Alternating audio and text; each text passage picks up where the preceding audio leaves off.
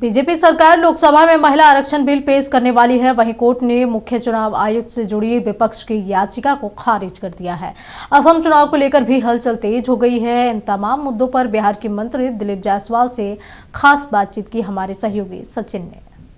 देश की महिलाओं को सशक्त करने के लिए लोकसभा में महिलाओं को लेकर बिल लाया जा रहा है। हमारे साथ बात करने के लिए बिहार सरकार के मंत्री दिलीप जायसवाल है। सर, महिलाओं को सशक्त करने के लिए अब लोकसभा में देखिए, भारतीय जनता पार्टी के मैनिफेस्टो में ही देश की आधी आबादी महिलाओं का सशक्तिकरण और उनका राजनीतिक अधिकार, उनकी साझेदारी, ये भारतीय जनता पार्टी का सपना है।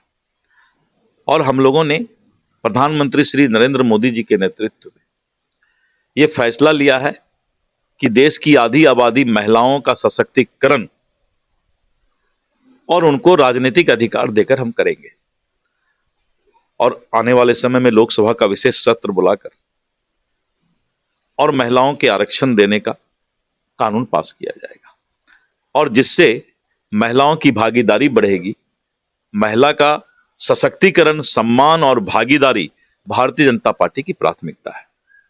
सर, चुनाव आयोग के खिलाफ में बिल लाया गया था विपक्ष द्वारा, सुप्रीम कोर्ट के न्यायाधीश ने खारिज कर दिया है। क्या देखिए, चुनाव आयोग पारदर्शिता के साथ अपना काम कर रही है, लेकिन जिस तरह से कांग्रेस, राहुल गांधी और ऐसे तृणमूल कांग्रेस, ममता बनर्जी ने उस चुनाव आयोग के संवैधानिक व्यवस्था पर सवाल खड़ा करने का काम किया और विघ्न बाधा पहुंचाने का काम किया है।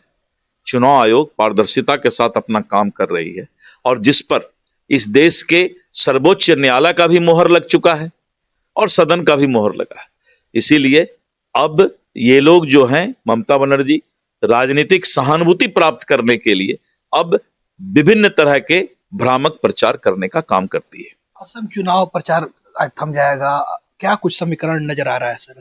असम के लोगों ने फैसला ले लिया है कि फिर से असम को, जो कांग्रेस ने जिस तरह से असम के हालात को बनाकर रखा था, और उस हालात को फिर से असम में नहीं लाने देंगे। असम अब शांति के माहौल में और विकसित असम की ओर बढ़ रहा है। इसीलिए वहां की जनता ने मन बना लिया है कि फिर से एक बार भाजपा की सरकार वहां बनेगी। सर, हेमंत सोरेन ने कल आरोप लगाया है प्रधानमंत्री के रैली को लेकर कि प्रधानमंत्री की रैली के कारण हम लोग की हेलीकॉप्टर ने उड़न दिया, रैली नहीं होने दिया जा रहा है। मुख्यमंत्री का भी अब जब हेलीकॉप्टर उड़ता है तो उस समय आम जनता का भी तो गाड़ी रोका जाता है। हेमंत सोरेन जब चलते हैं तो उस समय ट्रैफिक रोका जाता है कि नहीं? उसको भी वो बंद कराएं। पहले हेमंत सोरेन आम आदमी बन जाएं, उसके बाद ये काम पर वो सवाल उठा सकते हैं। तो हमारे साथ बिहार सरकार के मंत्री दिलीप जायसवाल थे। इन्होंने महिला को सशक्त करने के लिए जो बिल लाया जा रहा है उसको लेकर कहा है कि बीजेपी ने हमेशा महिलाओं को सम्मान देने का काम किया है। अपने सहयोगी मुकेश ठाकुर के साथ सचिन तिवारी, नक्षत्र न्यूज, पटना।